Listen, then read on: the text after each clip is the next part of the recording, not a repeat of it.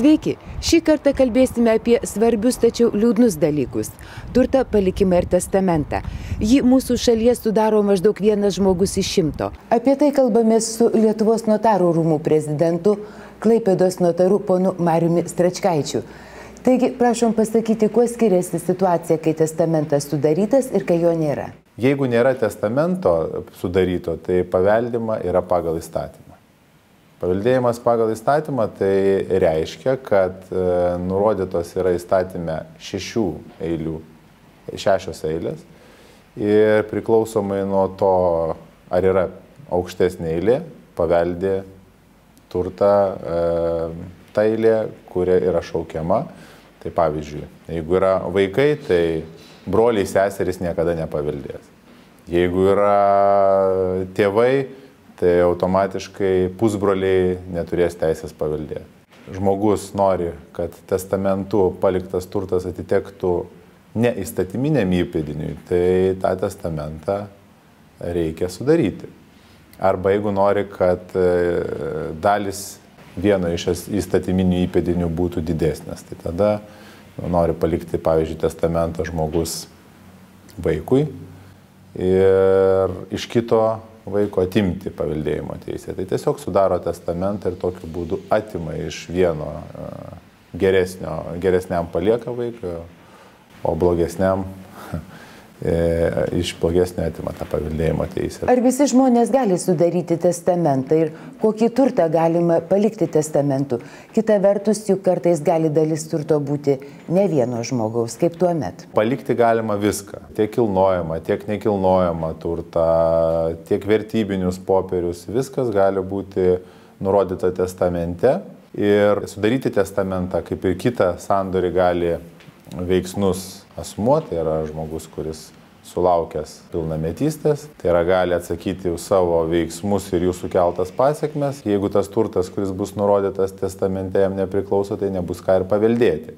Yra tokia testamentų rūšis, jinai pakankamai populiari, bendras sutuoktinių testamentas, kai visą turtą palieka sutuoktinis vienas kitam, o po paskutiniojo mirties tą turtą galės paveldėti tie įpėdiniai, dėl kurių testatoriai abudu susitarė. Kartais žmonės neskuba sudaryti testamento dėl to, jog abejoja ar sužinoja apie jį giminaičiai nenustos rūpintis.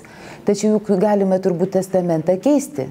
Galima keisti tiek, kiek žmogus nori. Testamentas galios tas, kuris mirtis dieną bus pasirašytas paskutinis.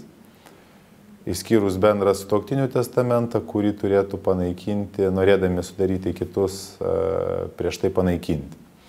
O visi kiti testamentai galios paskutinieji arba tie, kurie prieštaraus prieš tai sudarytam testamentui. Tai baimintis dėl to, kad neprižiūrės nurodytas įpėdinis ar blogai elgsis, nėra ko. Jisai gali tiesiog keisti testamentą ir įtraukti naujus įpėdinius į testamentą. Kokie dažniausiai žmonės tai daro? Gali sudaryti ir sudarinėja ir 30-mečiai, ir 40-mečiai, ir dar jaunesni asmenys. Tai testamento pats sudarimas nereiškia, kad žmogus ruošiasi mirti.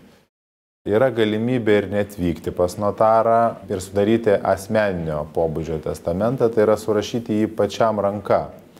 Bet atvykti pas notarą vis dėlto reikės tam, kad notaras priimtų saugoti tą testamentą užantspauduotą voke. O kaip turėtų elgtis priimantis testamentu paliktą turtą žmogus? Juk jis gali paveldėti ne tik turtą, bet ir daugybę įsipareigojimų ar skolų. Įpėdiniai turi teisę priimti palikimą pas notarą, tuomet atsakomybė už palikėjo skolas bus neapsiribos tik paveldėtų turtų, bet bus platesnė ta atsakomybė. Įpėdinis atsakys visų savo turtų ir jeigu jis nenori tokios atsakomybės, jam reikia turtą priimti, palikimą priimti sudarius apyrašą. Tai tada ta atsakomybės našta bus mažesnė. Jis atsakys tik tiek, kiek paveldė. Nebent, žinot, būna tokių atvejų, kai žmogui turtas yra labai brangus ir nesvarbu tos skolos, jis prisiema atsakomybę ir savo visų turtų.